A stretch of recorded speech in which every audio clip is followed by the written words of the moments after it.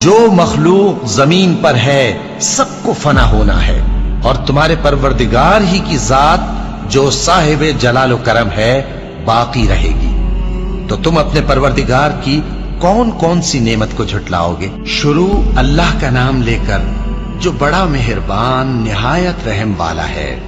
وہ جو نہایت مہربان ہے، اسی نے قرآن کی تعلیم فرمائی، اسی نے انسان کو پیدا کیا، اسی نے اس کو بولنا سکھایا۔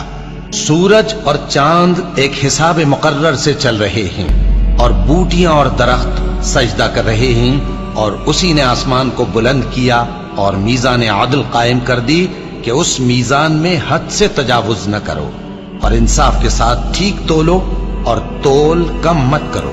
اور اسی نے خلقت کے لیے زمین بچھائی، اس میں میوے اور کھجور کے درخت ہیں جن کے خوشوں پر غلاف ہوتے ہیں، اور اناج جس کے ساتھ بھس ہوتا ہے، اور خوشبودار پھول۔ تو اے گروہ جن و انس، تم اپنے پروردگار کی کون کون سی نعمت کو جھٹلاؤ گے؟ اسی نے انسان کو ٹھیکرے کی طرح کھنکھناتی مٹی سے بنایا، اور جنات کو آگ کے شعلے سے پیدا کیا۔ تو تم اپنے پروردگار کی کون کون سی نعمت کو جھٹلاؤ گے؟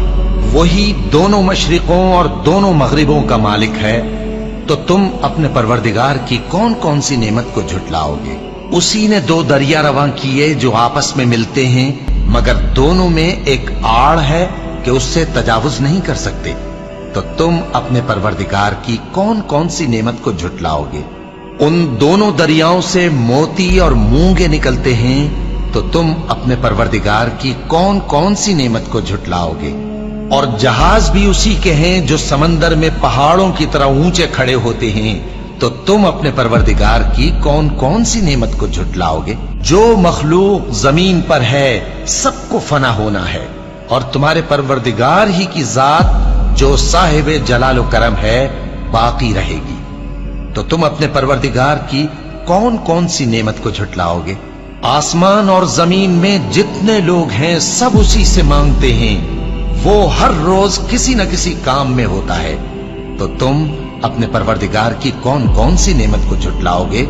اے دونوں جماعتوں، ہم ان قریب تمہاری طرف متوجہ ہوتے ہیں، تو تم اپنے پروردگار کی کون کون سی نعمت کو جھٹلاؤ گے؟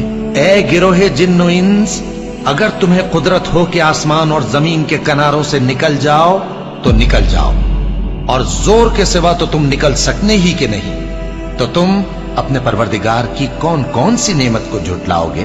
تم پر آگ کے شعلے صاف اور دھواں ملے چھوڑ دیے جائیں گے، تو پھر تم ان کا مقابلہ نہ کر سکو گے۔